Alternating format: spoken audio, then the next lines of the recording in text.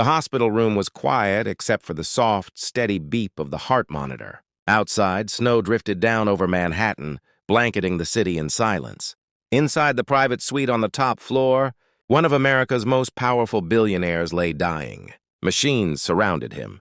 Tubes ran across his chest. His once commanding voice, the voice that built an empire, was now barely a whisper. And standing beside the bed was a woman his family had never seen before. Her name was Alana Brooks, and she was his wife for 12 years. Yet no one in the Hawthorne family knew she existed. Not his brothers, not his business partners, not even his own mother. To them, Daniel Hawthorne had always been the brilliant, disciplined, untouchable billionaire CEO who lived alone and devoted his life to work. But that had never been the full truth, because long before the hospital room, long before the Fortune and magazine covers, there had been a rainy night in Chicago, and a woman who changed everything. 12 years earlier, Daniel Hawthorne was already a rising tech billionaire. His company had just crossed its first billion-dollar valuation. Interviews, conferences, investors, his life was a whirlwind of ambition. But that night, everything paused. He had ducked into a small jazz cafe on the south side to escape a sudden storm. That's where he saw her. Alana wasn't performing. She was helping an elderly musician pack up his instruments after the show. She laughed easily, spoke kindly, and carried herself with a calm confidence Daniel rarely saw in the circles he moved in.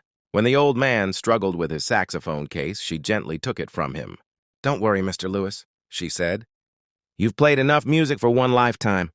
Daniel watched the moment quietly from his corner table. It wasn't the kindness alone that caught his attention. It was how natural it seemed. No cameras, no audience, no applause, just kindness. He introduced himself before leaving. She had no idea who he was, and that strangely made him want to see her again. Over the following months, they kept meeting. Coffee shops, walks through quiet parks, late-night conversations about music, family, and dreams. Alana worked as a community arts teacher.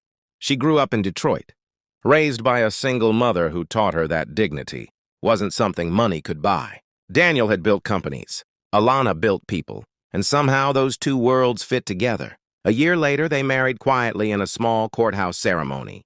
No press, no guests, just them.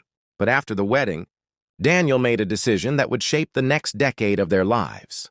"My family won't understand," he said one evening, sitting across from her at their apartment table. His voice wasn't cruel. It was fearful. "They come from old money, old expectations." Alana understood exactly what he meant. She had seen the headlines. The Hawthorne family belonged to a world where power, prestige, and social circles were carefully guarded. And a black woman from Detroit did not fit their image. "I'm not asking you to fight them," Daniel said softly. "Just give me time." Alana looked at him for a long moment. Then she nodded. Because love, she believed, meant patience, so the world never knew. At corporate galas, Daniel attended alone. Magazine profiles described him as a dedicated bachelor. Family holidays passed without her.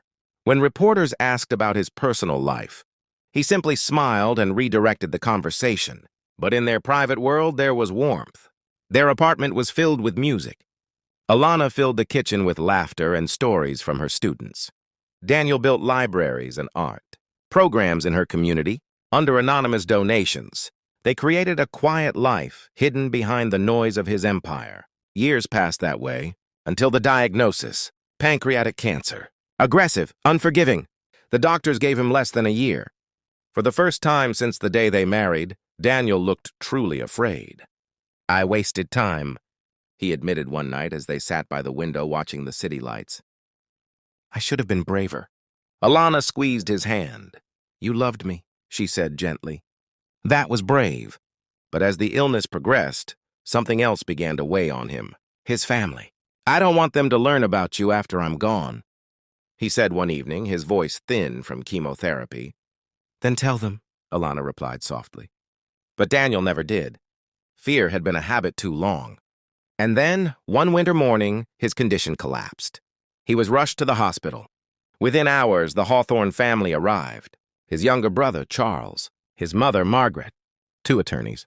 They filled the hallway with expensive coats and hushed, urgent voices. None of them recognized the woman already sitting quietly beside Daniel's bed. Margaret Hawthorne approached her first. "Excuse me," she said politely but firmly. "This room is for family." Alana stood slowly. Her voice was calm. "I know." There was a long pause. "Who are you?" Charles asked. Alana looked toward the hospital bed. Daniel's eyes were barely open, but he was listening. "I'm his wife," she said. The silence that followed felt like the air had been sucked from the room. Charles laughed in disbelief. "My brother isn't married." Alana didn't argue. Instead, she reached into her bag and handed them a folded document, their marriage certificate, signed 12 years earlier. Margaret's hands trembled as she read it. "Why didn't he tell us?" she whispered. From the bed, Daniel's voice broke through weakly. "Because I was ashamed of your reaction." The words landed like thunder. Margaret stepped back as if struck. Charles stared at the floor. No one spoke for a long time. Then Daniel turned his eyes toward Alana. "I'm sorry," he whispered. She leaned closer. "You don't owe me an apology." But he shook his head slightly. "I hid the best part of my life." Tears slid quietly down her cheeks. The machines continued their steady rhythm.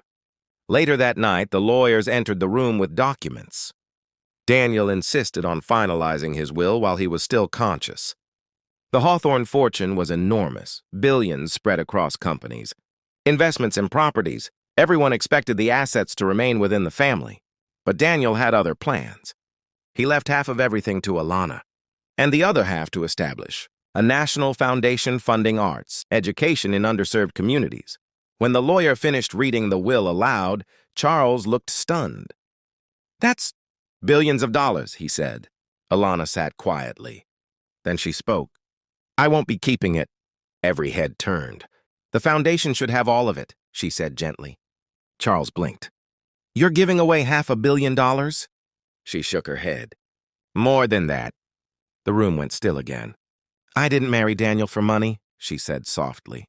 "I married him because he believed people deserved opportunities." She looked toward the hospital bed. He learned that from music, from teachers, from people who gave him a chance. Daniel's eyes filled with tears. "Let the foundation help millions of kids," she continued. That's what he would have wanted. Margaret slowly sat down in a chair. For the first time since meeting Alana, she truly looked at her, and something in her expression softened. "You would give away everything?" she asked quietly. Alana nodded. "Yes." "Why?" Alana smiled through her tears. "Because love isn't measured by what you keep."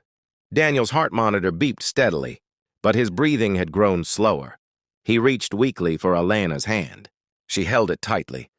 "You changed my life," he whispered. "No," she said softly. "We changed each other." A few minutes later, the monitor gave one long, continuous tone.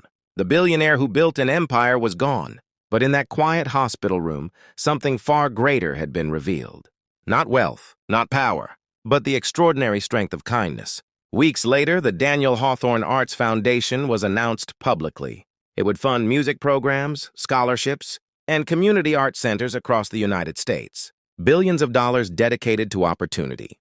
Reporters quickly discovered the story behind it. The hidden marriage, the wife who gave away her inheritance, the woman no one had known, but who had shaped the final chapter of a billionaire's life. And across the country, millions of people heard her name for the first time. Alana Brooks Hawthorne. Not because she demanded recognition, but because compassion had finally made her impossible to ignore. And somewhere in classrooms filled with music and paint and possibility, Daniel's legacy lived on, not through his companies, but through the quiet courage of the woman he once hid from the world.